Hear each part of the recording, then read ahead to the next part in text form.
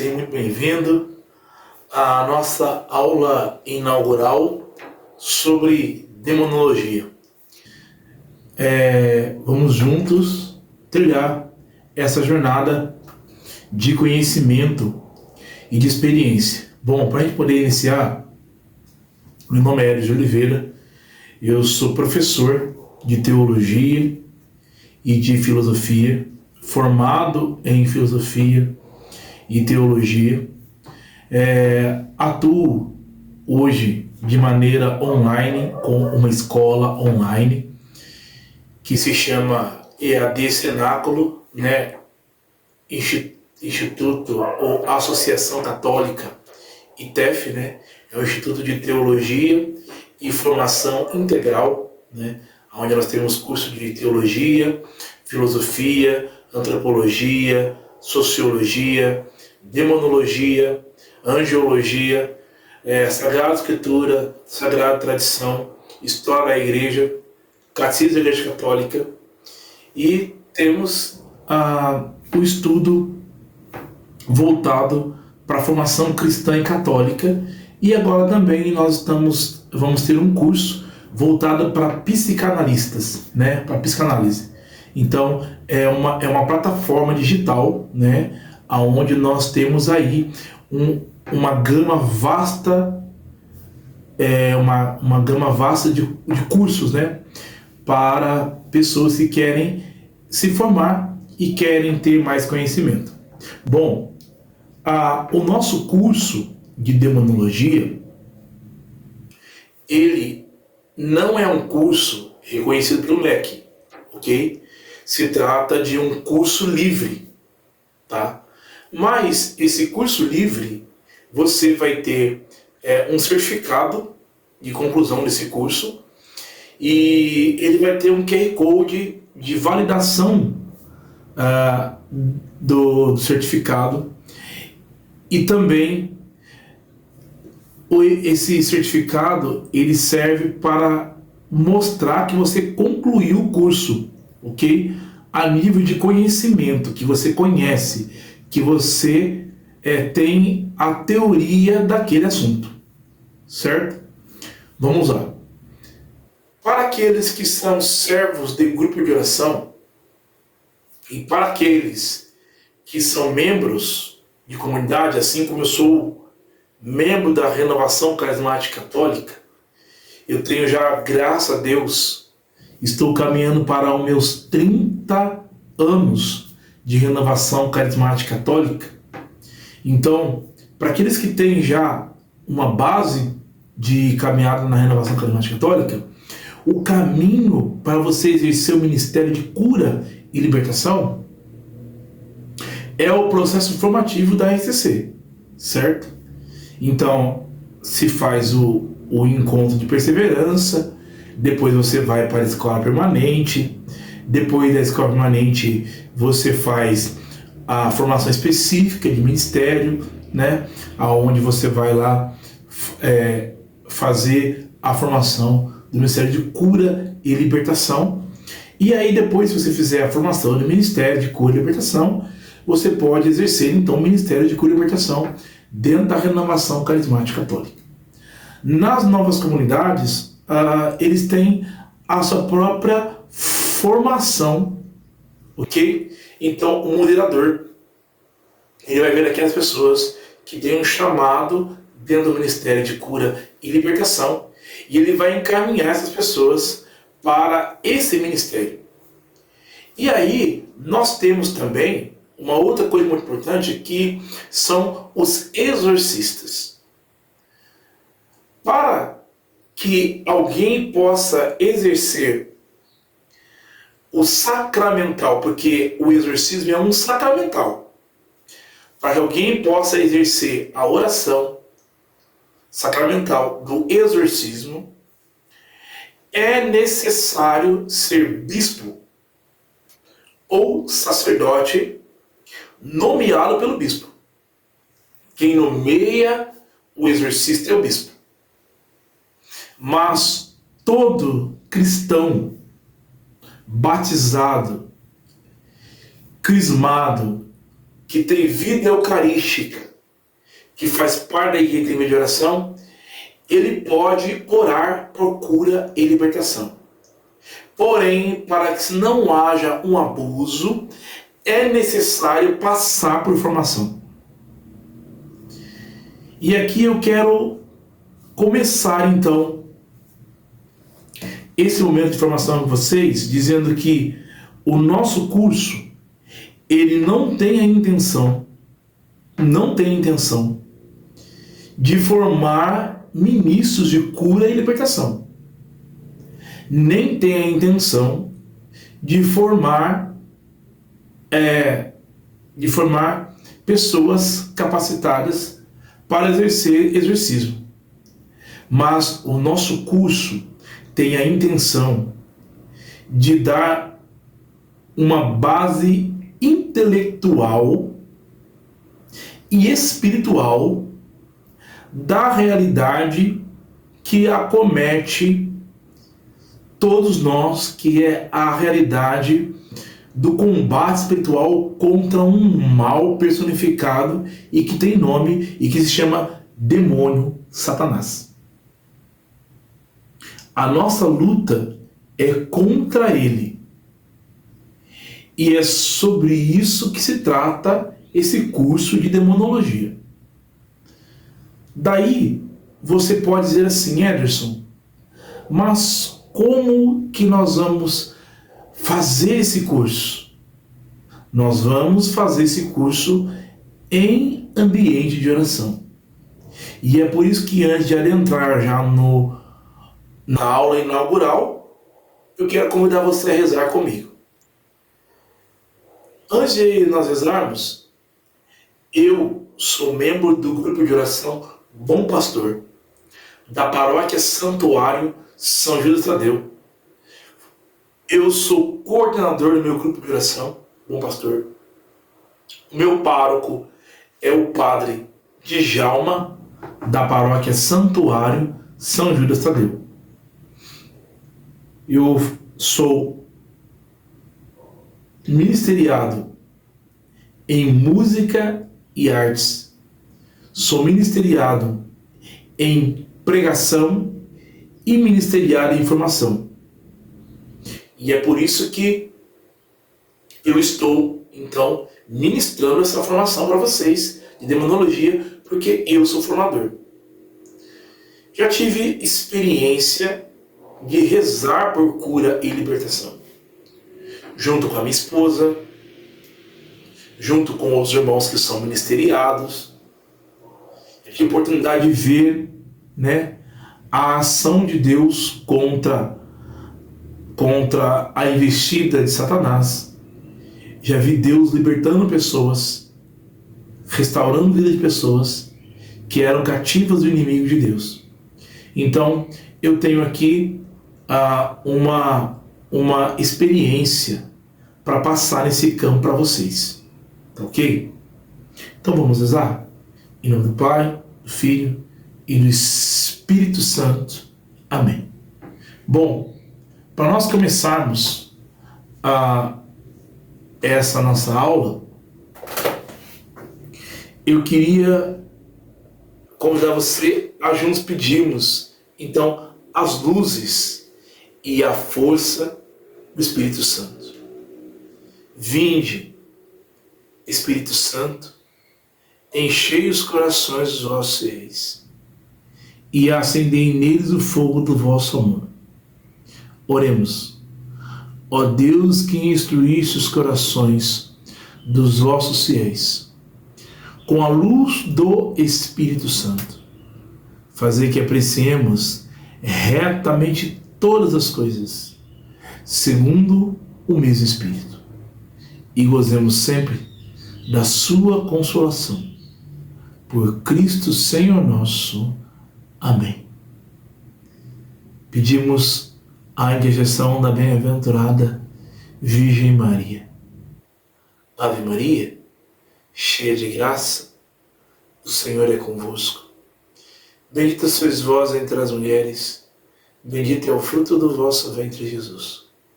Santa Maria, Mãe de Deus, rogai por nós, pecadores, agora e na hora de nossa morte. Amém. Glória ao Pai, ao Filho e ao Espírito Santo, como era no princípio, agora e sempre. Amém. Bom, nós temos aqui alguns livros que eu queria mostrar para vocês, tá bom? O primeiro é o livro Demonologia, Tratado de Demonologia e Manual dos Exorcistas, do padre José Antônio Forteia.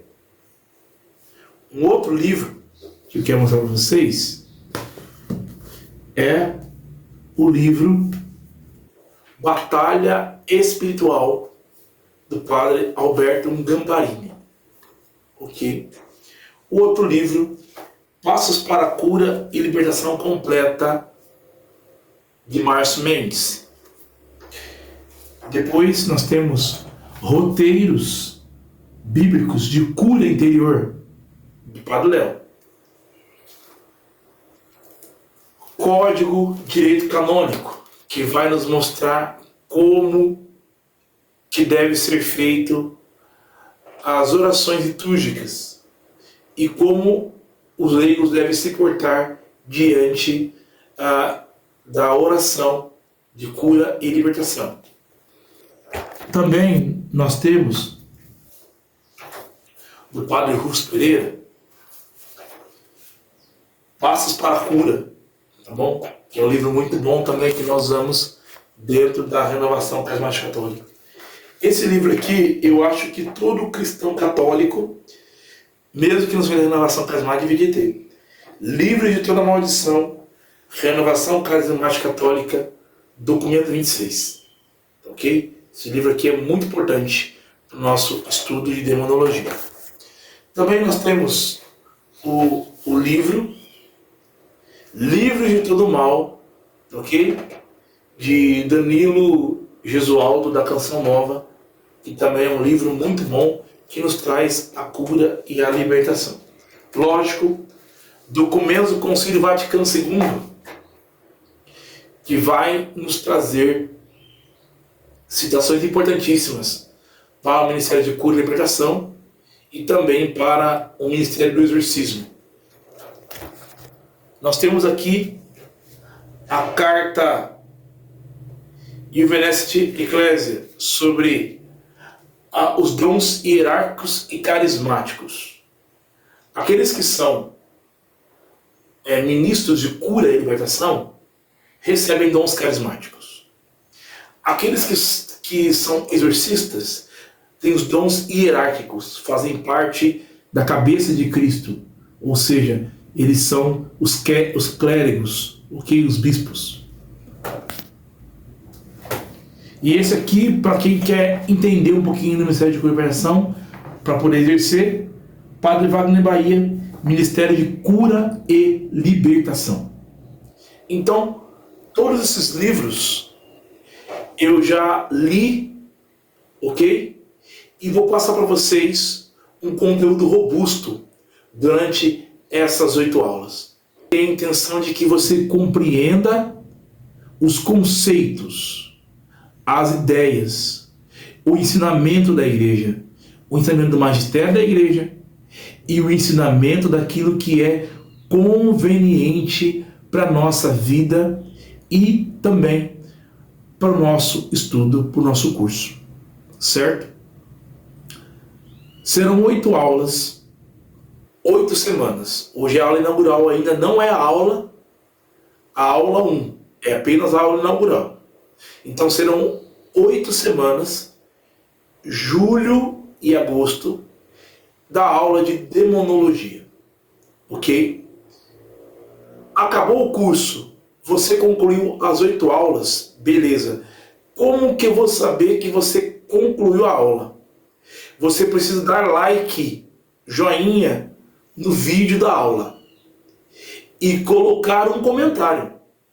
Precisa colocar um comentário sobre a aula. Você vai dar um like e coloca um comentário sobre a aula. Certo? Lá no grupo do WhatsApp que nós montamos, eu irei colocar o link da prova, da avaliação desse curso. como são 8 aulas, serão 10 perguntas. Ok? 10 perguntas sobre as aulas. Por isso que eu vou deixar disponível o material da nossa aula para que você possa consultar, para que você possa estudar, para que você possa depois fazer a prova. Concluiu o curso, concluiu as provas, vai ser gerado o certificado com o nome de vocês, com o RG e o CPF de vocês, validado pela escola IAD Cenáculo, Instituto Associação Católica ITEF. Ok? Esse certificado é reconhecido em todo o território nacional e ele é amparado pela lei governamental que estabelece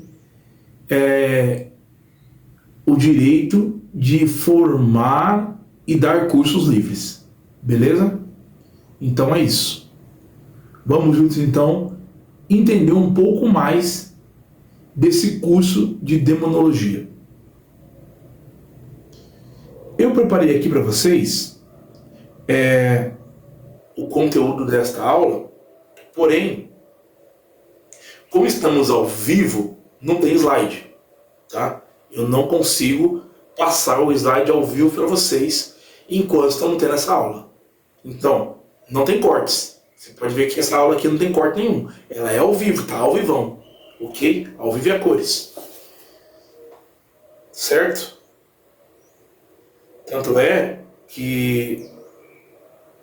Estou abrindo aqui, ó. O que eu preparei para vocês, para a gente poder conversar a respeito daquilo que será a nossa aula nesse dia de hoje. Pronto, vamos lá. Abriu. Então, nesta aula inaugural, eu quero fazer uma pequena introdução com vocês. A demonologia é um dos temas mais atuais para o cristianismo. E partimos de uma realidade que vai de encontro com a batalha espiritual.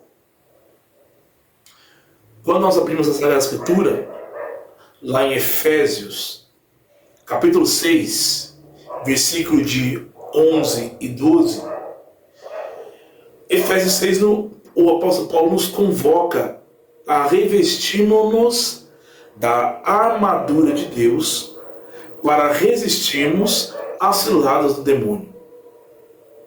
Porque a nossa luta não é contra o sangue e a carne, mas contra as potestades e poderes do mundo tenebroso, contra os espíritos malignos que se encontram na região celestial. O padre Alberto Gambarini, nesse livro que eu mostrei para vocês, Batalha Espiritual, ele vai dizer assim: falar desse tema significa entrar na dimensão do poder das trevas. Olha só o padre Alberto Gambarini diz. Não é algo fácil. É necessário o dom do discernimento dos espíritos para não cairmos no engano de desprezar a presença de Satanás e dos espíritos caídos que chamamos de demônios, ou conceder exagerada importância à sua influência na humanidade. Então percebe que existe uma batalha espiritual que é travada entre nós seres humanos e os espíritos malignos, que são os servos, do diabo, Satanás, que são demônios, E esse combate espiritual se dá na nossa vida diária, na nossa vida cotidiana.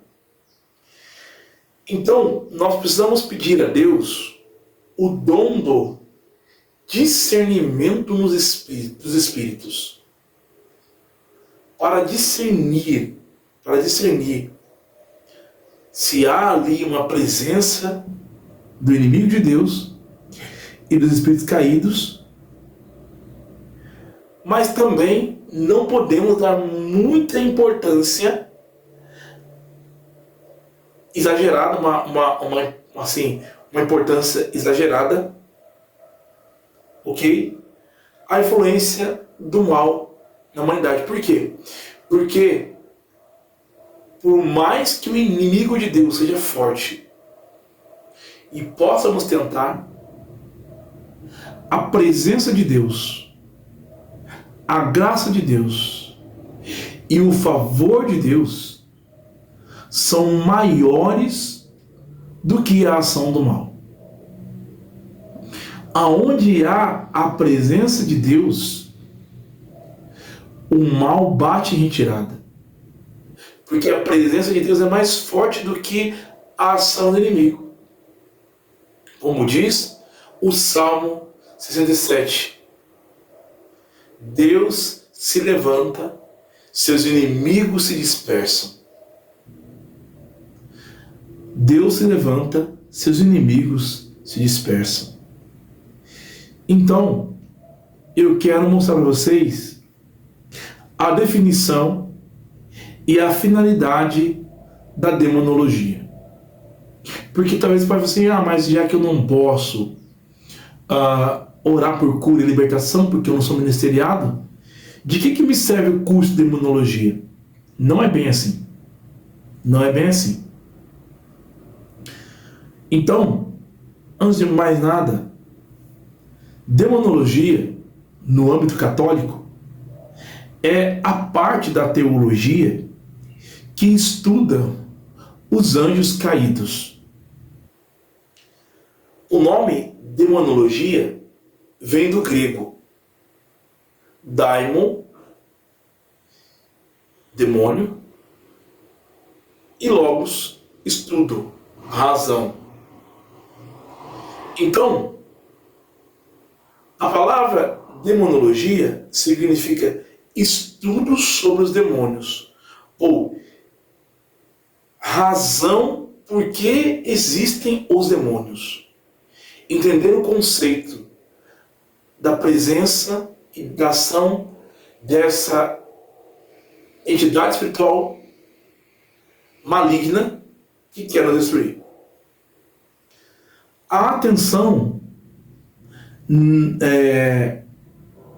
que nós possamos ter nesse tema não é colocarmos tanto a atenção no mal, mas é a atenção na providência divina, que, permitindo a ação do mal, sempre tira um bem maior de toda e qualquer situação. Então, a demonologia não existe para alimentar o medo, nem a curiosidade por aquilo que é oculto ou o fascínio pelo mal. Não. Qual que é a finalidade? A finalidade é pastoral e espiritual. Olha, se você tiver dúvidas sobre esse tema, deixe os comentários aqui no chat, que depois que terminar a live, eu vou lá e respondo para vocês, tá bom? Eu respondo aqui no chat para vocês. Mas deixa aí o seu comentário que depois eu respondo, tá bom? Então, qual que é a finalidade pastoral e espiritual? Então, a demonologia não é para pessoas curiosas, que têm curiosidade de conhecer as coisas ocultas, não. A demonologia também não é para trazer medo sobre as pessoas, mas a sua finalidade tem caráter pastoral e espiritual. Conhecer o inimigo para vencê-lo em Cristo. Ok? Conhecer o inimigo para vencê-lo em Cristo. O catecismo da Igreja Católica de 391 a 395 e 95 trata do tema dentro da doutrina sobre os anjos. Então, vamos lá. Vamos pegar o Catecismo da Igreja Católica, parágrafo 391 a 395. Ok? Deixa eu abrir aqui o Catecismo da Igreja Católica. Parágrafo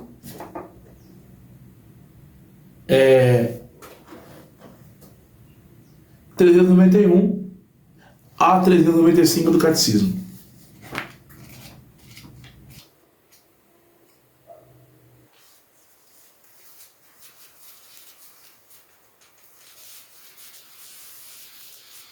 Então vamos lá.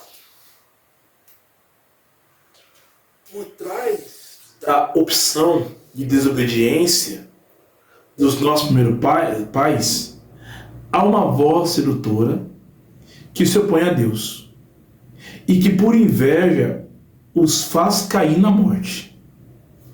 Então veja, por trás da desobediência de Adão e Eva, existe a voz do maligno que se opõe a Deus. A Escritura e a tradição da Igreja veem nesse ser um anjo destronado, chamado Satanás ou Diabo.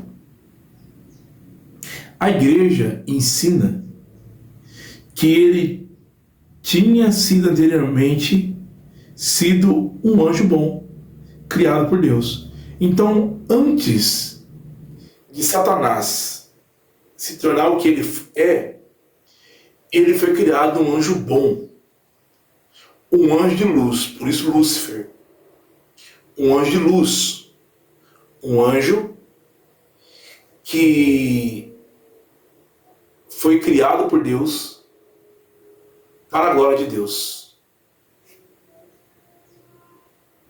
A Igreja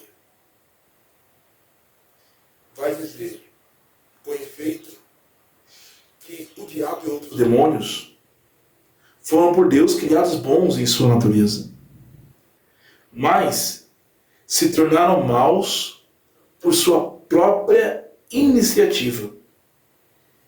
A Escritura fala de um pecado desses anjos. Esta queda consiste na opção livre desses espíritos criados que rejeitaram de maneira radical, irrevogavelmente, a Deus e o seu reino. Há um reflexo desta rebelião nas palavras do tentador, ditas aos nossos primeiros pais. O que ele vai dizer? E sereis como deuses. O diabo é pecador desde o princípio. Ele é o pai da mentira. O pai da mentira. Então, Gênesis 3:5, ele vai enganar os nossos primeiros pais dizendo: não, vós sereis como deuses. É a maior mentira que o inimigo de Deus pode colocar na nossa cabeça. Que nós somos autossuficientes e que somos deuses e que não precisamos de Deus. E nós olhamos hoje para o nosso mundo, para a sociedade, e nós vemos isto. Uma sociedade que tem tirado Deus do centro. E uma sociedade que tem se tornado o próprio Deus. Tem sido Deus em si mesmos. Então, o diabo é pecador desde o princípio. 1 João 3:8.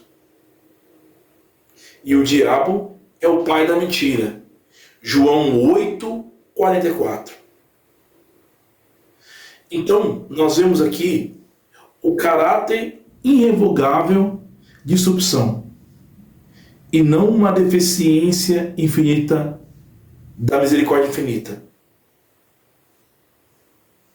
Bom, o caráter irrevogável de sua opção e não uma deficiência da infinita misericórdia divina faz com que o pecado dos anjos não possa ser perdoado. Então, uma vez que os anjos se revoltaram e se rebelaram contra Deus, não tem mais volta. Uma vez que eles se revoltaram contra Deus, não tem mais volta. Anjo não tem arrependimento. Não existe arrependimento para eles depois da queda. Assim como não existe arrependimento para nós depois da morte. Certo? Isso está definido já. Não há arrependimento para nós depois que nós morremos. Perfeito? Vamos lá. A Escritura atesta a influência nefasta daquele que Jesus chama de assassino, homicida, desde o começo. João 8,44. Pai da mentira e homicida, o qual chegou até a tentar desviar Jesus da missão recebida do Pai. E olha só aqui, o inimigo de Deus, ele não só quer fazer com que nós acreditemos que somos autossuficientes, que não precisamos de Deus, mas ele quer nos desviar da missão recebida de Deus, da missão que Deus confiou a nós.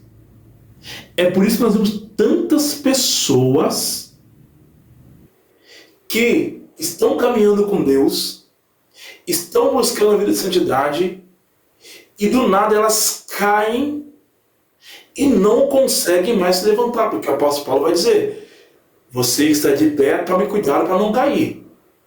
E o apóstolo Pedro vai orientar: cuidado, porque Satanás é como um leão que ruge ao redor de vós, procurando a quem devorar. Resistir-lhe firmes na fé, e ele fugirá de vós. Né? Então, ele quer nos tirar dessa missão recebida do Pai, da missão recebida de Deus. Ok? E aí é que veio bonito aquilo que o estudo da demonologia vai culminar nessa verdade.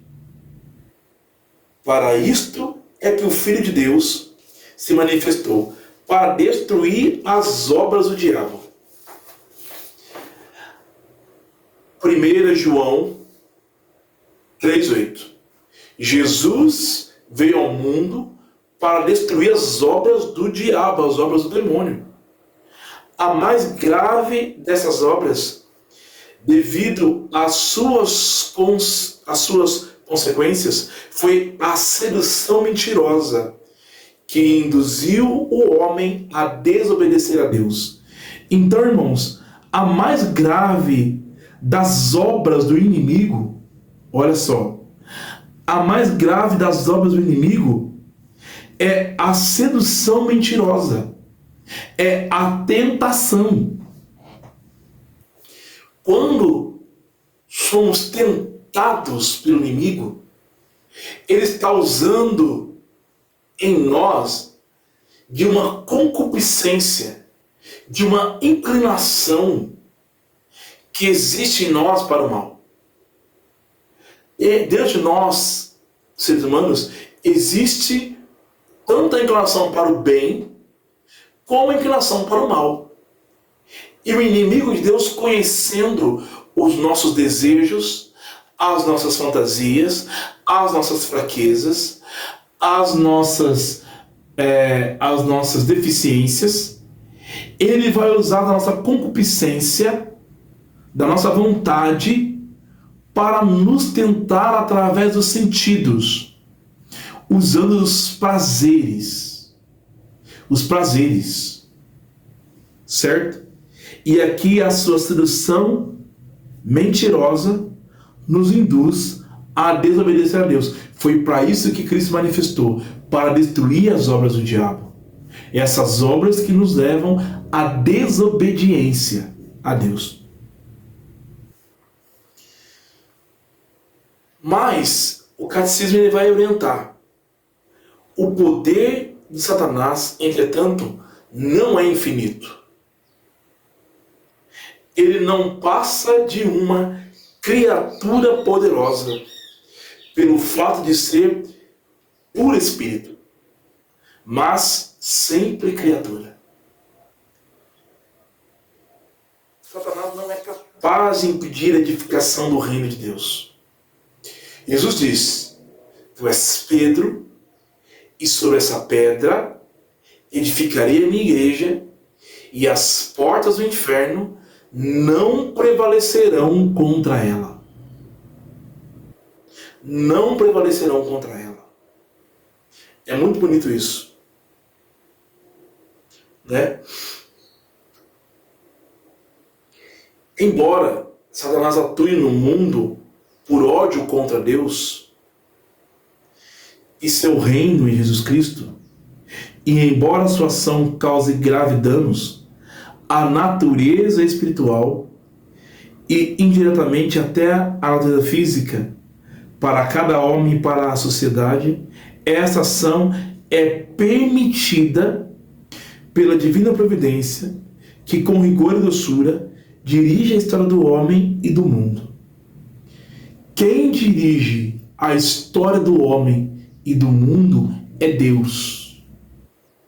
E a ação do inimigo, ela só é permitida pela providência de Deus se tiver como último fim a própria glória de Deus. A ação do inimigo, ela é limitada. Apesar de ele ser um espírito puro e poderoso, ela é limitada. É Deus quem tem a supremacia do poder e da autoridade. Ele não pode impedir o crescimento do reino de Deus. Ele não pode impedir o progresso das almas que estão associadas a Deus pela oração, pelos sacramentos, pela vida de oração, pela intimidade. Então, a permissão divina da atividade diabólica se torna um grande mistério. Mas sabemos que tudo contribui para o bem daqueles que amam a Deus. A permissão divina da atividade diabólica é um mistério, é um grande mistério. Nós não entendemos o porquê que Deus permite a ação do inimigo ainda. Mas nós sabemos que tudo que acontece redunde para o bem daqueles que amam a Deus e para a glória do próprio Deus. Porque Santo Irineu vai dizer assim, que a glória de Deus é o homem vivo. E vai dizer Santo Irineu que a vida do homem é a visão de Deus. Então, homem se completa inteiramente em Deus. E Deus encontra a sua habitação no ser humano. Por isso nós somos igreja, templo vivo, aonde Deus habita. E aí nós vamos entrar num tema muito importante quando chegarmos no exorcismo, que é a questão da possessão. Deus não permite que o inimigo de Deus se aposse da alma humana, do nosso interior, daquilo que é sagrado, sacrário e inviolável. Ele pode apenas influenciar a mente e até dominar o corpo, mas ele não pode tocar na alma humana. Vamos chegar lá, ok? Então, lido o catecismo, nós podemos ler um pedaço da narrativa de Gênesis 3 para darmos continuidade ao nosso texto.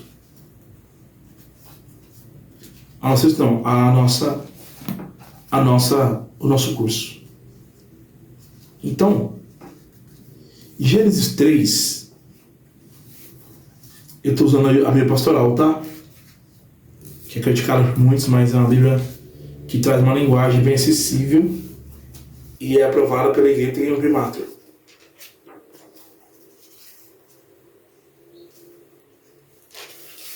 O texto diz assim: a serpente era a mais esperta das feras do campo que Javé Deus havia feito. Ela disse à mulher: é verdade que Deus mandou que vocês não comessem de nenhuma árvore do jardim? A mulher respondeu à serpente: é das frutas das árvores do jardim que nós comemos. Só da fruta da árvore que está no centro do jardim é que Deus disse: não devem comer nem tocar nela, senão vocês vão morrer. A serpente disse: você vão morrer coisa nenhuma, vocês não vão morrer. Deus sabe que vocês, no dia em que comerem dessa fruta, seus olhos vão se abrir e vocês se tornarão como deuses, conhecedores do bem e do mal. A mulher viu que a árvore era boa para comer, atraente aos olhos, uma árvore virtuosa para a sabedoria. Apanhou a fruta, comeu e ofereceu ao seu homem dela,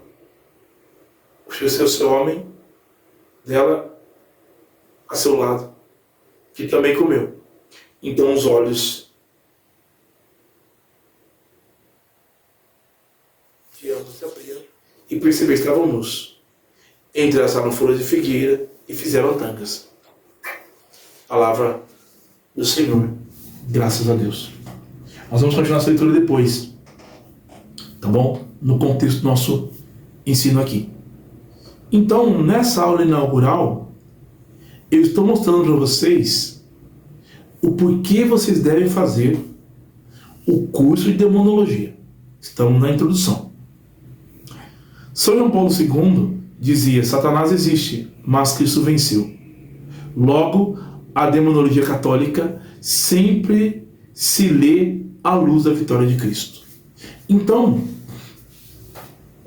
quando os primeiros pais foram tentados e caíram no pecado, eles foram seduzidos por uma mentira. É verdade que vocês não podem comer das árvores do jardim? Não, podemos comer. A serpente já começa com mentira. Não podem comer. Não podem comer das árvores do jardim? Quem falou isso? Deus disse: podeis comer de todas as árvores do jardim, mas o fruto da árvore do conhecimento do bem e do mal não toqueis, senão morrereis. Deus estava querendo preservar o homem de conhecer, de ter o conhecimento. Por que o conhecimento? Não é o conhecimento das coisas boas e belas e bonitas, mas é o conhecimento do pecado. Entende? Quando o homem e a mulher desobedeceu, eles provaram do fruto da desobediência e do conhecimento daquilo que é mal. E perderam os dons preternaturais: a graça, a justiça, a santidade.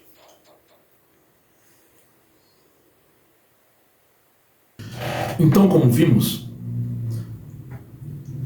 olha que interessante. Deus permitiu que Satanás tentasse Adão e Eva. Certo? Foi por permissão de Deus. Ok? Deus poderia ter chegado ali e ter intervido na sedução da serpente. Por que Deus não fez? Porque Ele havia criado o ser humano inteiramente livre. Ele fez o homem e a mulher livres para escolher. Apesar de ter dado uma ordem expressa, Deus deixou eles livres para escolher. E Deus, que é onisciente, já sabia que eles iriam fazer uma escolha errada. Então, Deus permitiu a tentação para o nosso mérito e crescimento na virtude. Se somos tentados e vencemos a tentação, nós crescemos em méritos. E a virtude em nós, que é a repressão dos vícios e a perfeição na graça, nos torna santos. Mas se nós cairmos, precisamos ter a humildade de reconhecer o pecado e voltar-nos para a misericórdia de Deus. Então, o inimigo de Deus já está vencido.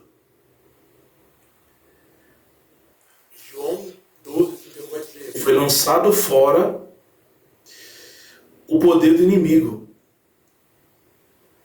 E Romanos 8 vai dizer: já não há mais nenhuma condenação para aqueles que estão em Cristo.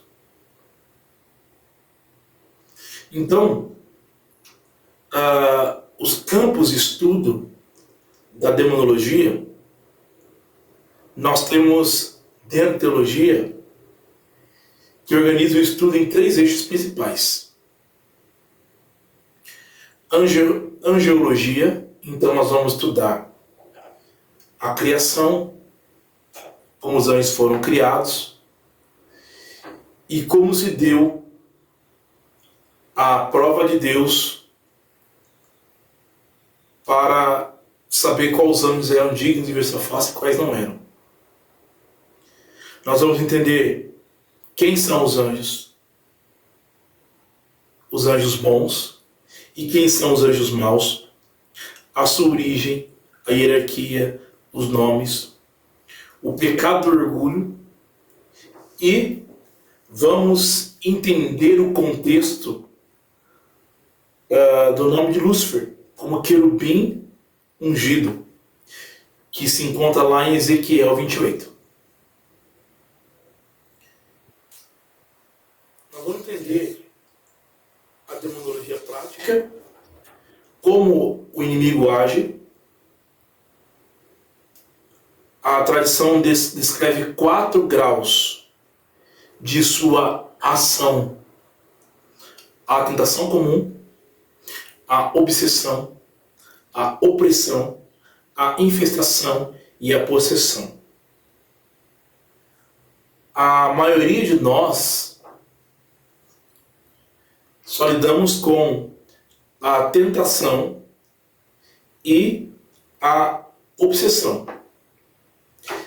Agora, opressão, infestação e possessão já é o mais profundo, e somente os exorcistas lidam com esse tipo de coisa.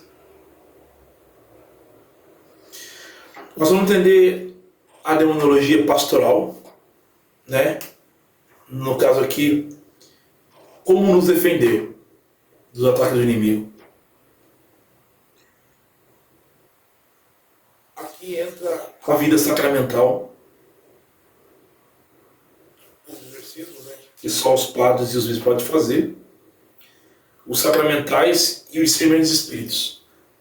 Algumas orações exorcísticas que a tradição da Igreja Católica permite os fiéis fazer, que nós fazemos naturalmente: oração de São Bento, oração de São Miguel, Santo Rosário, né? A oração de Santo Antônio, né? Leão da tribo de Judá.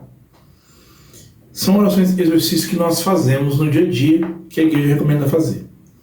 Porém, o manual de exorcismo é uma prática sacramental que só os exorcistas podem fazer.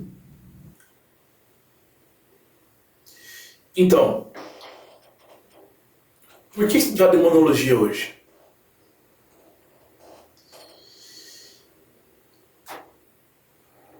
Porque nós cometemos 2 erros ao ignorar a existência do inimigo de Deus. Podemos ver o demônio em tudo. Já viu pessoas que falam assim? Pessoas que em tudo vê o demônio. Ah, é culpa do demônio, é culpa do demônio, é culpa do demônio. Né? É ação do demônio. Ou negar que ele existe. As 2 coisas são perigosas. Santo Afonso Maria de Ligório, ele diz: quem não reza já está vencido. Quem não reza já está vencido. Então, estudar o tema nos dá a graça da humildade para reconhecer que sozinho nós não vencemos.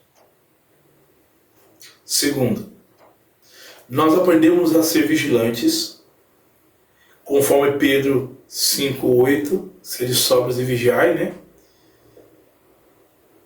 E nós temos confiança Porque maior é aquele que está em nós do que o que está no mundo. 1 João 4,4. Então, a demonologia católica é no fundo cristológica, né? Nós fazemos a demonologia, mas temos em Cristo a vitória.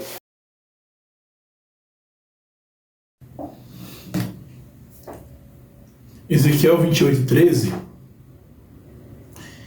vai nos trazer no hebraico palavras Tofi e Nekeb. Tofi e Nekeb significa pandeiro e flautas, certo? A interpretação teológica tradicional entende que ele foi criado com música, como parte da sua perfeição, como um querubim que cobria no Monte Santo de Deus. Ele estava ligado à adoração diante do trono. Por isso, se associa a ele uma capacidade musical perfeita antes da queda.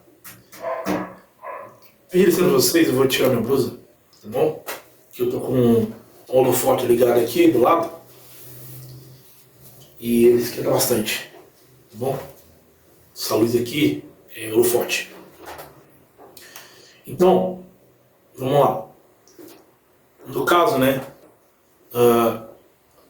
Lúcifer, então, ele era um anjo dotado de capacidade musical perfeita. E daí o padre Forteia, ele vai trazer para nós, na Suma Demoníaca,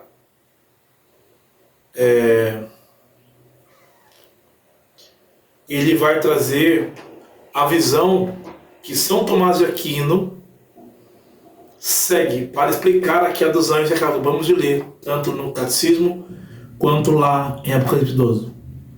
E ele fala assim: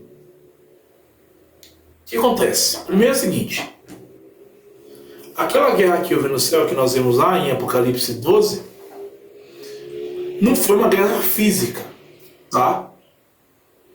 Essa imagem que nós vemos de São Miguel, com ele com a espada na mão, o escudo, é uma imagem alegórica para dizer da sua capacidade de vencer guerras, de vencer conflitos espirituais. Não significa que São Miguel tem uma espada e escudo, beleza? Aliás, a representação de anjos em forma humana, antropomórfica, né? Antropomórfica, vamos dizer assim, é corrente cultural greco-romana, ok? Que representava os deuses como seres humanos. Sabemos que São Miguel não é Deus, é um anjo. Mas representar anjos em formas humanas também é uma questão de cultura greco-romana. Então, aqui, quando nós temos a visão dessa guerra espiritual, essa guerra dos anjos, não foi uma guerra física. Essa guerra, explica o padre Forteia, que foi uma guerra intelectual, no campo das ideias, no campo do pensamento. Eles ficaram conjecturando entre eles, dialogando entre eles para ver quem tinha mais razão e quem estava certo, usando da sua capacidade de escolha, para escolher quem iria ficar com Deus e quem iria ficar com o demônio. Ok? Então, como funcionou a prova dos anjos? Os anjos não foram criados já com visão beatífica divina. Foram criados em estado de viador, com inteligência e vontades perfeitas. Deus propôs a eles um ato de fé e submissão. A tradição aponta o mistério da encarnação. Deus se faria homem e esse homem seria superior aos anjos, que é Jesus Cristo. Ou seja, Deus vai dar revelação para os anjos de que um dia a segunda pessoa da Trindade, o Verbo eterno, iria se encarnar, se fazer homem e iria ser maior que os anjos. Por serem espíritos puros, a escolha foi instantânea e irrevogável. Ok? Confirmados para sempre. Não serviram, ou seja, uma terça parte dos anjos que não queriam se submeter ao senhorio do Verbo eterno Jesus Cristo, foi uma terça parte. Imagina aí mais de bilhões de anjos. Uma terça parte desses bilhões já é incalculável, né? Imagina uma terça parte desses bilhões que se tornaram espíritos caídos, que rejeitaram servir a Deus e ao Cristo. Então, nenhum desses anjos ainda tinham visto a face de Deus. Forteia faz uma distinção. Os anjos conheciam a Deus por natureza, com uma inteligência angélica muito superior à nossa, mas não possuíam ainda a visão beatífica. Vou explicar a Forteia. Gente, é só uma aula introdutória, tá? Nós vamos aprofundar isso aqui nas aulas. Ver a face de Deus significa ver a essência divina e face a face, o que torna impossível o pecado. Por isso que só pode ver a face de Deus quem não pecou. Certo? Se já tivessem isso, não poderiam cair. Por isso, para que a prova existisse, eles ainda não gozavam desta visão plena. Só depois de obedecerem é que foram confirmados no céu para sempre. Teologicamente, Lúcifer era um querubim de altíssima posição, criado com música em si. É interessante que a música fazia parte da essência de Lúcifer. Ele caiu durante a prova dos anjos, quando, sem ainda ver a essência de Deus, ele escolheu o orgulho em vez da submissão. Por isso, o demônio não se arrepende. Sua escolha foi consciente, definitiva e sem ignorância. Agora, eu quero ler um outro texto com você. Abre lá em Jó. Jó. Livro de Jó. Jó.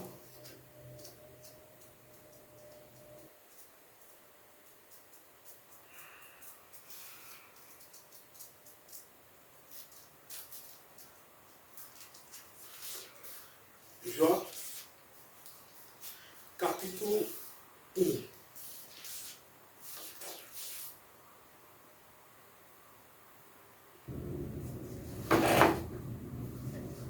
Jó 1,6. Certo dia, os filhos de Deus foram apresentar-se diante de Javé, e entre eles foi também Satã. Então Javé perguntou a tal Satã: de onde você vem? Satã respondeu: eu estava rodeando a terra e andando por ela. E disse Javé a Satã: você já prestou atenção no meu servo Jó? Na terra não existe nenhum outro como ele, é homem íntegro e reto que teme a Deus e detesta o mal. Satã respondeu: é em troco de nada que Jó teme a Deus? Porventura, tu mesmo não cercas de proteção a ele, sua casa e tudo que tem? Abençoar seus trabalhos e suas mãos, seus rebanhos crescem por toda a terra. Estende a tua mão e toque em tudo que possui, após que te amaldiçoará na cara. Javé disse a Satã: pois bem, faça o que quiser com ele, o que com ele possui. Só não estenda a mão contra ele. Satã saiu da presença de Javé. Palavra do Senhor, graças a Deus. Irmãos, se Satã nunca viu a face de Deus, como então ele se apresenta diante de Deus? Como que ele faz isso? É simples. Apresentar-se diante da presença de Deus não significa contemplar a face de Deus. Eu e você podemos estar na igreja, tá? Estar ali na presença de Deus, participando de todas as atividades religiosas, missa, grupo de oração, adoração, momento de louvor. Podemos estar na presença de Deus, mas contemplar a Deus só depois da morte. Então, muitas pessoas interpretam aqui como se Jó estivesse na presença de Deus, vendo a face de Deus. Não. Está na presença de Deus. Deus até fala com ele. Jó não, perdão, Satanás. Satanás está na presença de Deus. Deus fala com ele, mas ele não vê a face de Deus. Acontece com Satanás, com Satã. Ok? Desculpa se eu falei Jó, não é Jó, tá? É Satanás. Então vamos lá.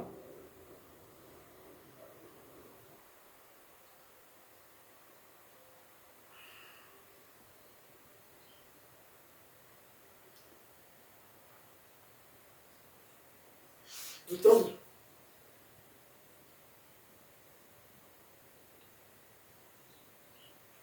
ver a face de Deus, né, como eu falei, significa ver a essência divina, o que torna impossível o pecado. Por isso, para que a prova existisse, eles ainda não gozavam dessa visão plena. Só depois de obedecerem que foram confirmados. Então,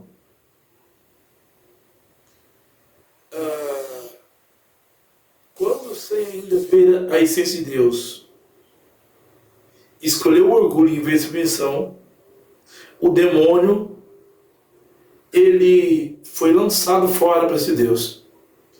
E como ele não tem arrependimento, sua escolha foi consciente e definitiva, e sem ignorância, ele não tem volta. Uma vez que está selado a escolha de não servir a Deus, perde-se a visão beatífica de vez. Então nós travamos um combate espiritual contra o demônio, né? Esse aqui é o assunto das aulas finais. Até aqui eu estou tratando dos assuntos das aulas que serão a aula 1, 2, 3, 4. Tá bom? Agora os assuntos finais, que serão o combate contra o demônio, né? A tentação, como o demônio age, né? O mistério é claro. O demônio pode tentar, mas não pode forçar ninguém a pecar. As armas do combate, ok? E as necessidades sacramentais. E por fim, nós veremos a diretriz final da igreja sobre o exorcismo, que é o ato reservado. Tenha um pouquinho de paciência, que essa aula é um pouquinho longa, porque é uma aula inaugural. Então nós temos que deixar muito bem explicado do que se trata esse curso. Tá beleza?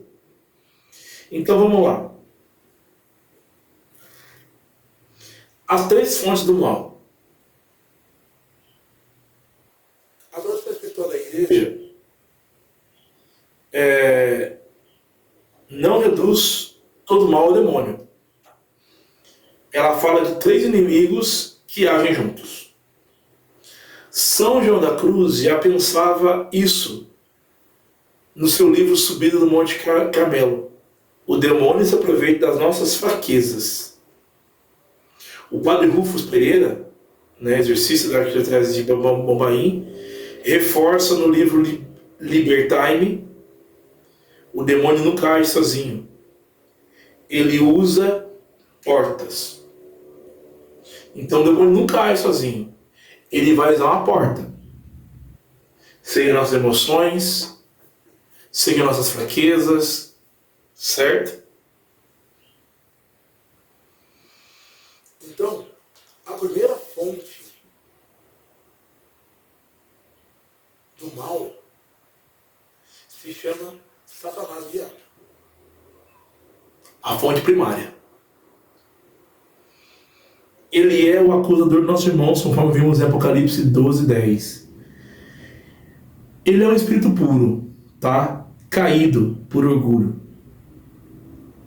Qual que é o seu trabalho? Ele nos tenta. Ele nos acusa. Ele nos oprime. De fora.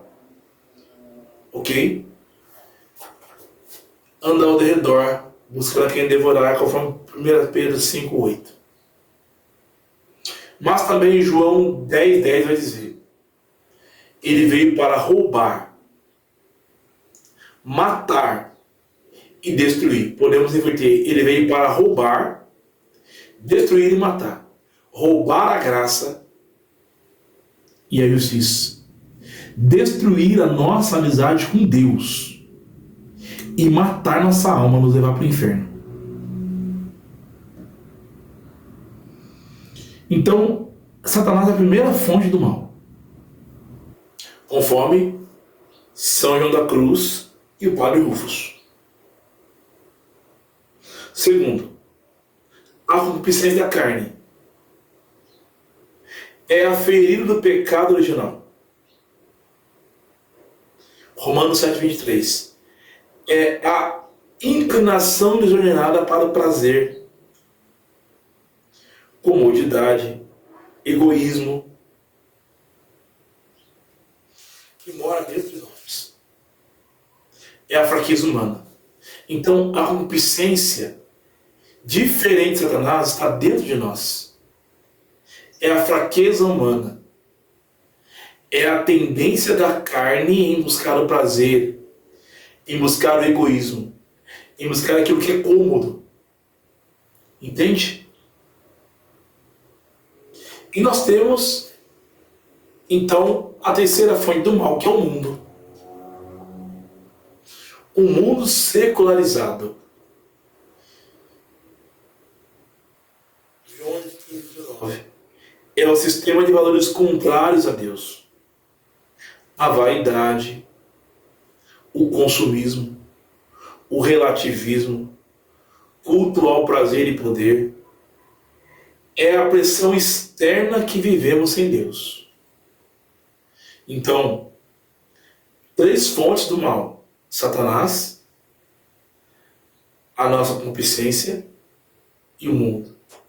Satanás está fora, a concupiscência está dentro. O mundo está fora e nos faz pressão para que vivamos sem Deus. Uma regra de ouro.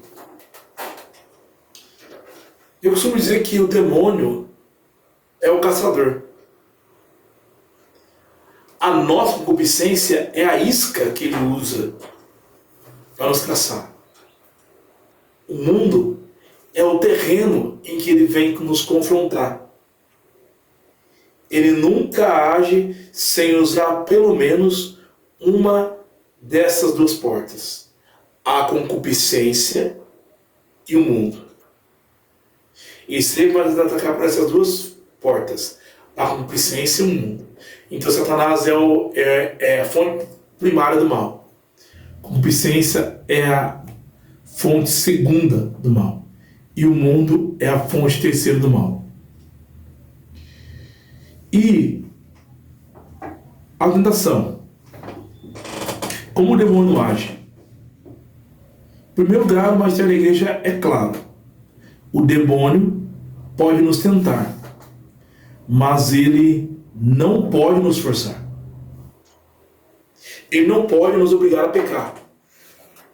O catecismo, no parágrafo 395 a 407, vai nos falar do livre-arbítrio, né? O livre-arbítrio humano,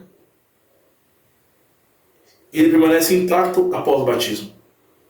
O diabo é um treinador, não um controlador. Só Deus move a vontade de dentro. Então vamos lá. Parágrafo 395, eu acho que nós já lemos. Deixa eu só confirmar. Parágrafo 395, Catecismo.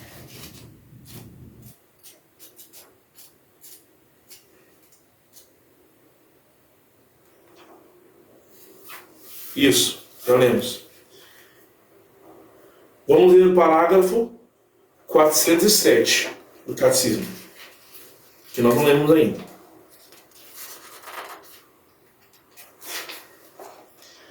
A doutrina sobre o pecado original, ligada exatamente à doutrina da redenção realizada por Cristo, propicia um olhar lúcido de discernimento sobre a situação do homem e a sua ação no mundo. Pelo pecado dos primeiros pais, o diabo adquiriu certa dominação sobre o homem, embora este permaneça livre. O pecado original acarreta a servidão debaixo do poder daquele que tinha o império da morte, isto é, o diabo. Ignorar que o homem tem uma natureza ferida e inclinada a mal, dá lugar a graves erros no campo da educação, da política, da ação sexual, da ação social, e dos costumes. Então, o homem, ele é livre, e ele só peca se ele quiser. O inimigo não pode obrigá-lo a pecar, certo? E como ele nos tenta? Santo Inácio de Loyola descreve no discernimento dos espíritos. Primeiro vem o pensamento ruim. É sempre assim, né? Vem sempre o pensamento ruim. Depois, a imaginação. Nós começamos a imaginar aquela situação ou aquele pecado. Depois, deleite. Ou seja, nós começamos a sentir prazer naquele tipo de pensamento e na possibilidade de cometer aquele pecado. Depois, o consentimento. É a hora que nós aceitamos de livre e espontânea vontade realizar o ato pecaminoso. O demônio só é vencido nos primeiros passos. Os primeiros 2 passos. Então, vamos lá.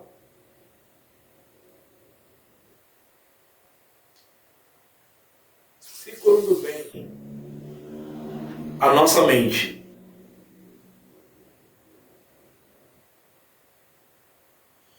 quando vem a nossa mente um pensamento ruim e nós começamos a imaginar, nós já cortamos a ação do inimigo aí. Nós renunciamos àquele pensamento e àquela imaginação. Se nós dermos largas à nossa imaginação e ao nosso pensamento ruim, ele vai se tornar um deleite e vai se tornar um consentimento, e nós caímos no pecado. Certo? Enquanto é pensamento e enquanto é imaginação, não é pecado. Mas quando se tem deleite e o consentimento, se torna pecado. É assim que ele pega a gente. Então, qual a finalidade da tentação? Deus permite a tentação para o nosso bem. Tiago 1, de 1 a 4. Vamos lá? Tiago 1, de 1 a 4. Abra comigo aí.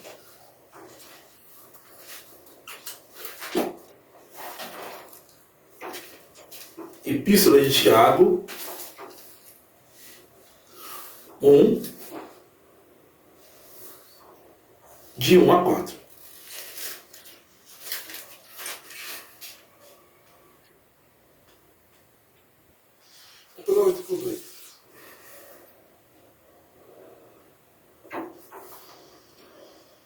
Meus irmãos, fiquem muito alegres por terem de passar por tantas provações. Pois vocês sabem que a fé, ao ser provada, leva a perseverança. Mas é preciso que a perseverança torne a obra perfeita. E assim vocês serão perfeitos e íntegros, sem nenhuma deficiência. Está vendo? Então nós temos que resistir. Resistir à aprovação de sermos tentados pelo inimigo. Olha só. 1 Tiago 1, versículo 12. Vai dizer assim: feliz aquele que permanece firme na provação, porque ao superar a provação receberá a coroa da vida que o Senhor prometeu aos que o amam. Ninguém na tentação diga que Deus o tenta, pois Deus não é tentado pelo mal, e não tenta ninguém. Cada um é tentado por seu próprio desejo, que o arrasta e o seduz. Depois o desejo concebe da luz um pecado, e o pecado se completa na morte. Não se engane, meus queridos irmãos. Toda dádiva boa e dom perfeito desce do Pai do céu das luzes, em quem não há mudança nem sombra de variação. Irmãos, olha só. Veja só.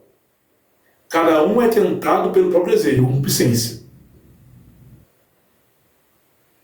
Concebe e dá à luz pensamento e imaginação. Ok? Pensamento e imaginação. Deleite e consentimento. Tá? Concebe e dá à luz o pecado. O pecado se completa e gera morte. Então, é necessário vencermos as tentações. A tentação se revela a nossa fraqueza, nos humilha, nos leva à oração e nos faz merecer a coroa. Feliz o homem que persevera na provação, conforme nós vimos aqui em Tiago 1,12. Quais são as armas do combate? A vida de oração é uma arma de combate. A oração pessoal é uma arma de combate. A oração pessoal é uma arma de combate. A oração de libertação, os sacramentos, sacramentais, ok? Não é o combate com gritos, com espadas, mas é um combate com a graça. Efésios 6, 10 a 18, né? A armadura do cristão. Então, a oração de libertação é toda a oração feita para romper laços com o mal e pedir a ação de Deus. Como deve ser feita? Em nome de Jesus, só o nome de Jesus tem poder. Nunca em nome próprio. Com fé e humildade, sem medo, sem curiosidade, sem querer conversar com o demônio. Com perdão e renúncia. Perdoar quem nos feriu, renunciar ao pecado, ao ocultismo, a pactos, amuletos. Invocar Maria e os santos. Santo Rosário, oração de São Miguel, Anjo da Guarda. A igreja sempre orou assim. A oração de libertação pode ser feita por qualquer batizado, leigo, para si e para os outros. Então, isso é a orientação da igreja, tá? Qualquer leigo batizado pode orar por cura e libertação, desde que tenha uma formação específica. Ok?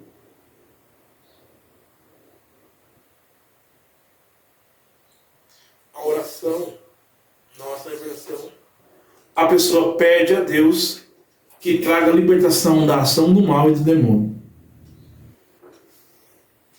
Aqui nós temos nas armas pesadas contra o mal, os sacramentos da igreja. Eles são as armas pesadas porque dão graça de dentro para fora. E não só proteção de fora. Por exemplo, batismo nos torna filho de Deus e nos tira do domínio de Satanás. Por isso, há os exorcismos no rito batismal. Confissão quebra o poder do pecado. Quebra o poder do pecado sobre nós. É a arma que mais tira o poder do demônio. Olha só que bonito isso. A confissão é a arma que mais tira o poder do demônio. Eucaristia. Quem come minha carne bebe meu sangue. Quem come minha carne bebe o sangue da vida eterna. João 6,54. É Deus em nós. Nenhum demônio suporta a presença real com fé. São da Cruz, ele tem a frase vai dizer assim: o demônio teme uma alma unida a Deus como se fosse o próprio Deus. Então, nós temos também a necessidade dos sacramentais. O que são sacramentais?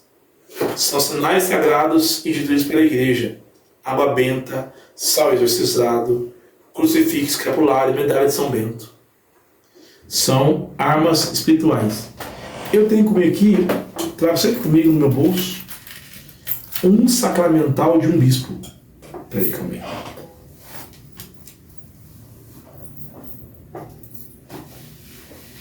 Aonde eu fui colocar?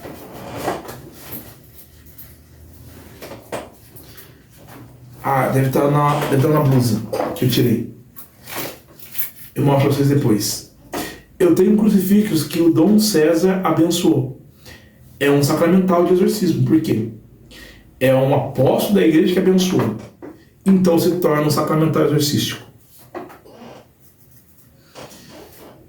Eles não dão graça por si só, mas preparam para receber a graça e afastam o demônio, por invocar o nome de Deus. São cercas para a casa da nossa alma. Isso está no Catecismo da Igreja Católica, parágrafo 1671.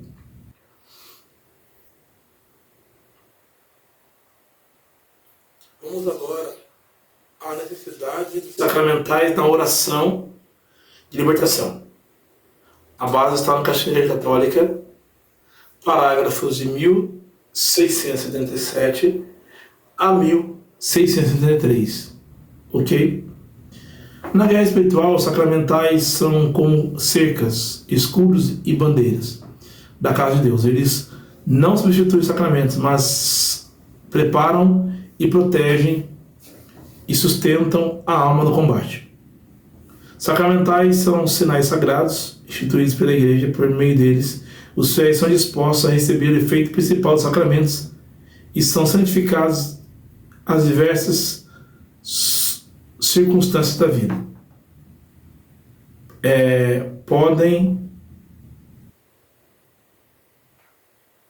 Os sacramentais pedem a Deus que conceda a graça por meio da igreja. Água benta, sal, óleo, medalhas, bênçãos.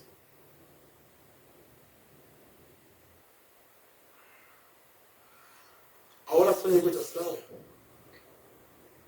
pede a Deus que quebre os laços do mal. Os sacramentais atuam em 4 frentes: sinais de fé e de pertencimento a Cristo. O demônio reconhece a autoridade. Marcos 5,7. Quando um católico usa um crucifixo, escapulário ou medalha de São Bento, com fé, ele está dizendo: eu sou de Cristo. Isso tira do inimigo a legalidade que ele tenta usar. 1 João 4,4. Maior é aquele que está em nós, em vós, né? Do que está no mundo. Segundo, afasta o mal e santifica os lugares. Santifica o lugar do objeto. Parágrafo 1673 do Catecismo enfatiza: os exorcistas são são dirigidos a libertar as pessoas da influência do demônio e a subtraí-los do domínio do pecado. Exemplos práticos. Água benta foi exorcizada e bem benzida. Usamos para abençoar a casa, a cama, os filhos. Ela expulsa a influência negativa e lembra nosso batismo. O sal exorcizado. Sinal de incorruptibilidade e purificação.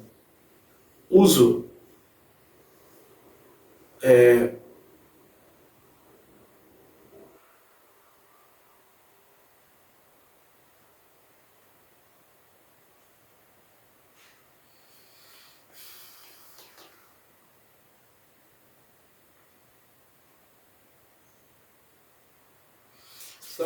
sinal de incorruptibilidade e purificação. É usado para proteger ambientes. Crucifixo na casa, o demônio foge da cruz. Colossenses 3,15.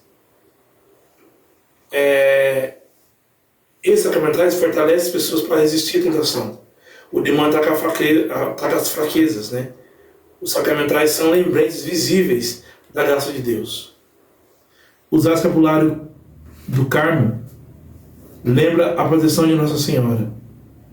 Usar madeira de instrumento, a oração vale reto Satana, retire Satanás, e sustenta a alma entre uma oração de libertação e outra, porque o combate é diário. Deixa eu dar uma viradinha aqui. Eu vou dar uma virada aqui, tá, gente, no celular, só para dar uma desfocada aqui, que tá vendo na minha cara. Aí eu acho que agora melhorou. Beleza. Vou olhar mais um pouquinho só. Aí, melhorou mais ainda. Então, gente, vamos lá.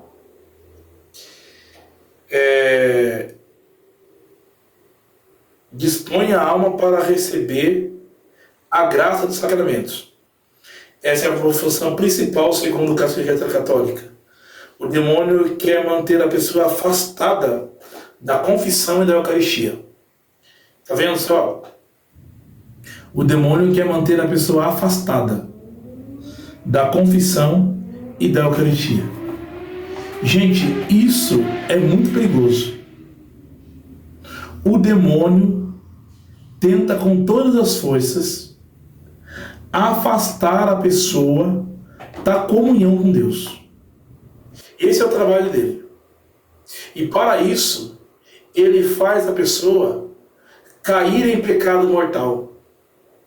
E caindo em pecado mortal, que a pessoa não se arrependa, que a pessoa se afaste da confissão e se afaste da Eucaristia, para que ele possa agir de maneira mais ordinariamente.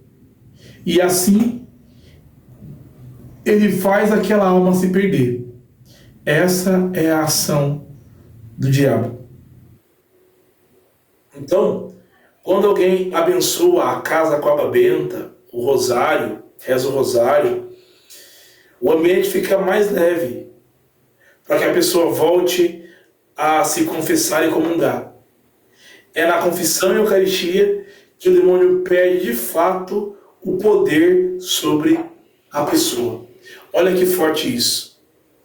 Quando a pessoa tem uma vida sacramental arraigada, o inimigo perde força contra ela. Existem 3 regras sacramentais, 3 regras sobre os sacramentais na Igreja Católica. Para não cair em superstição, tá? A Igreja ensina. O sacramental não é mágico. O poder não está no objeto de metal ou água. Está em Deus, na fé da Igreja e na fé de quem usa, conforme Atos 19:13. Mostra o fracasso dos exorcistas que usavam o nome de Deus sem fé. O nome de Jesus, né? Eles falavam assim: em nome do Deus de Paulo e Apolo, nós te expulsamos. E os demônios olharam para ele e falaram assim: Paulo eu conheço, Jesus também. E vós, quem sois? Forte, né? Em nome de Jesus, que Paulo prega, nós expulsamos. Paulo eu conheço. Jesus também, e vós, quem sois? E apanhar os demônios. Bom, o sacramental precisa da bênção sacerdotal. Água, sal, óleo só se tornam exorcizados quando um padre benze segundo o ritual romano. A bênção é que invoca a proteção de Deus sobre eles. O sacramental protege a porta, mas o sacramento expulsa o inimigo de dentro. Olha que forte isso. É muito forte. Então, conclusão. Na oração de libertação, os sacramentais são necessários porque protegem, afastam a influência do mal do ambiente da pessoa, lembram, sustentam a fé e a identidade do batizado no meio da luta, dispõem, abrem o coração para receber a graça maior dos sacramentos, que é de onde está a vitória definitiva. Por isso a Igreja Mãe Sábia sempre deu ao povo armas visíveis. O mundo está no maligno. 1 João 5,19. Mas nós estamos marcados, protegidos e abençoados em Cristo. Então aqui eu queria contar uma história de um santo da Igreja Católica.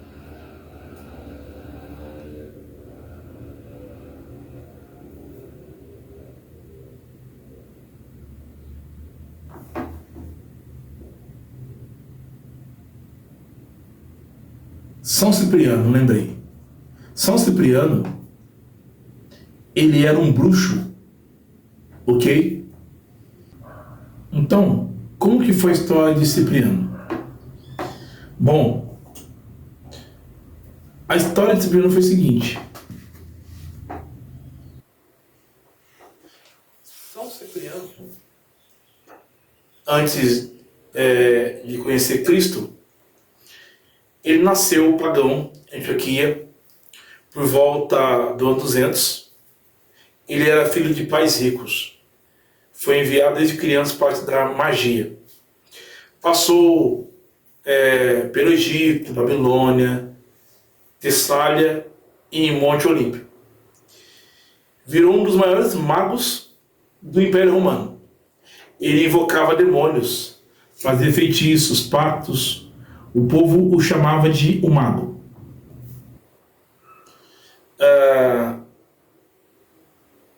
Em Antioquia vivia uma santa chamada Justina, uma jovem virgem cristã, de família nobre. Ela era linda, mas vivia em oração, jejum e castidade. Um jovem pagão, Aglaídes, se apaixonou por ela e foi até Cipriano. Quero, Justina, faça um feitiço, pago o que for, né? Cipriano então enviou demônios em 3 tentativas. Primeira tentativa: demônio com forma de mulher para seduzir Justina. Ela fez o sinal da cruz e rezou, e o demônio fugiu queimando. Segunda tentativa: o demônio com forma de guerreiro para meter medo em Justina de novo, sinal da cruz e oração, e o demônio fugiu. E a terceira tentativa, o próprio Cipriano chamou o príncipe dos demônios. Olha que forte isso. Ele não conseguiu nem chegar perto dela. Por quê? Porque Justina vivia em estado de graça, pureza, oração, e o sinal da cruz era como fogo para o inferno. Então, furioso, o demônio disse a Cipriano. Olha só o que o demônio disse para Cipriano. Deixa eu achar aqui.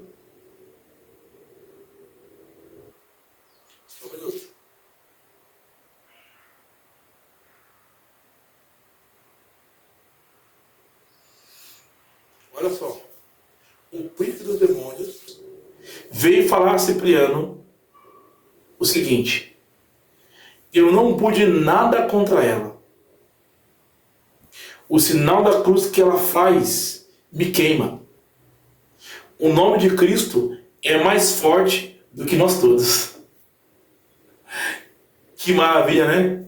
Então perceba que a oração, os sacramentais e o sinal da cruz, unido aos sacramentos e à vida de oração, são armas poderosas para vencermos o inimigo de Deus.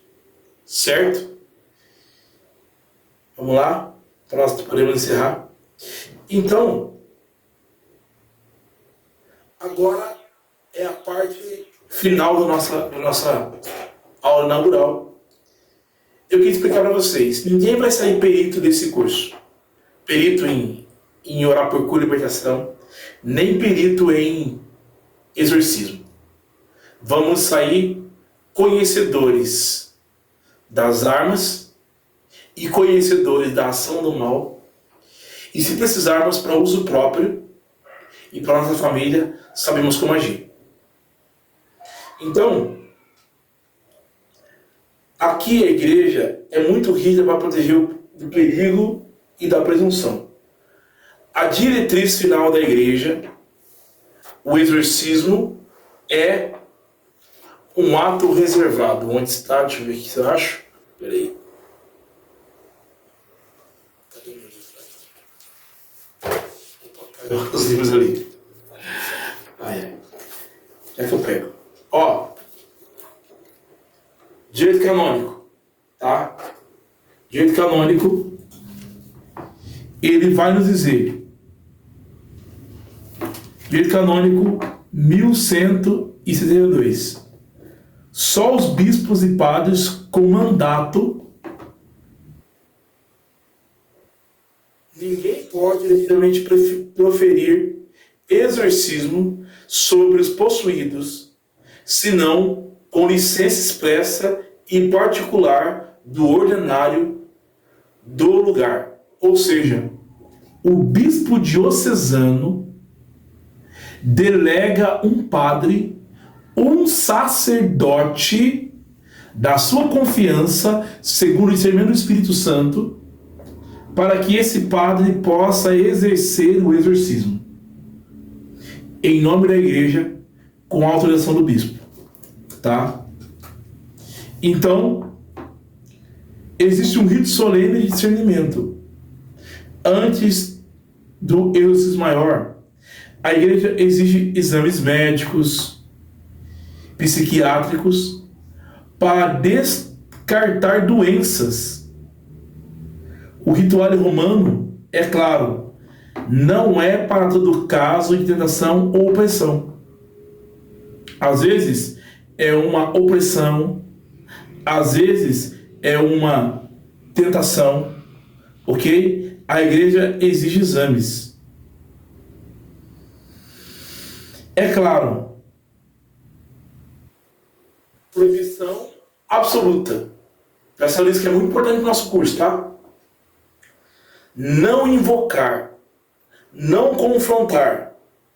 A igreja proíbe terminantemente que leigos façam interrogatório ao demônio. Peçam seu nome, dialoguem ou o desafiem. Isso é presunção e dá legalidade a ele.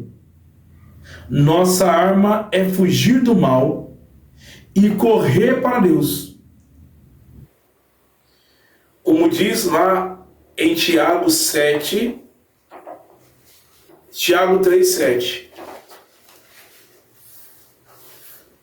Tiago 3, versículo 7.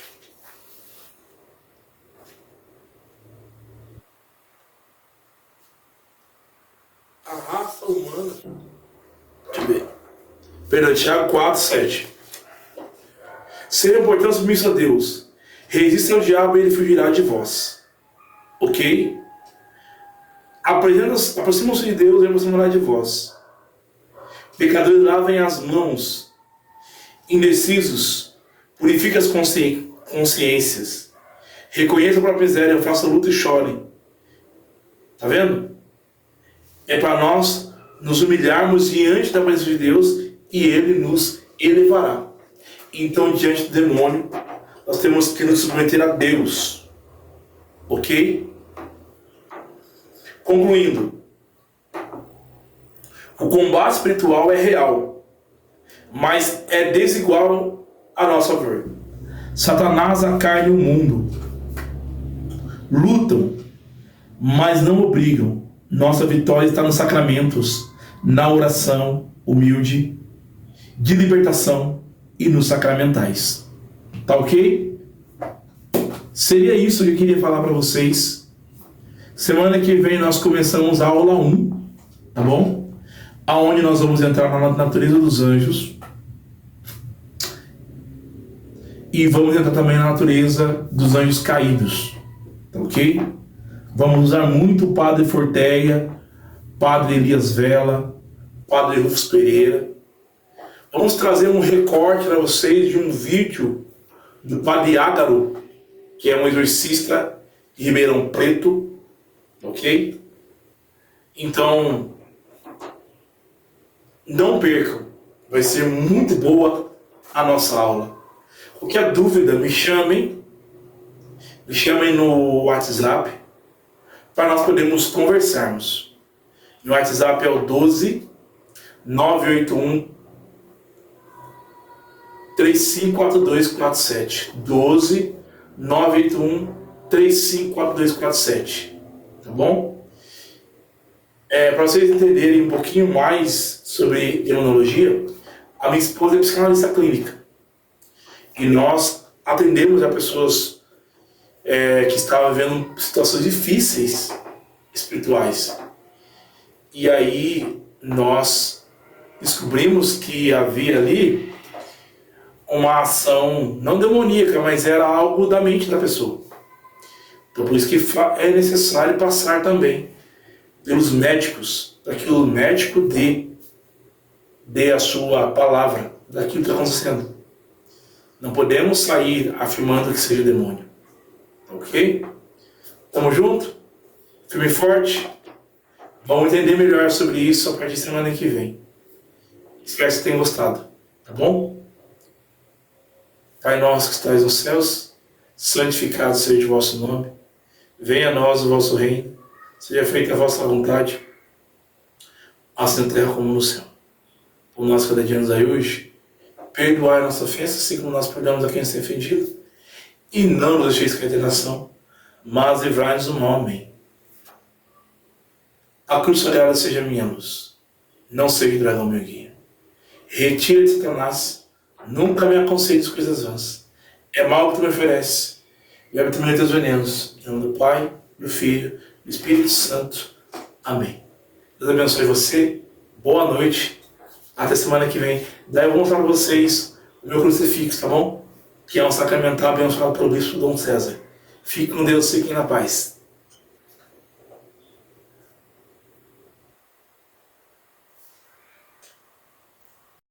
Kyrie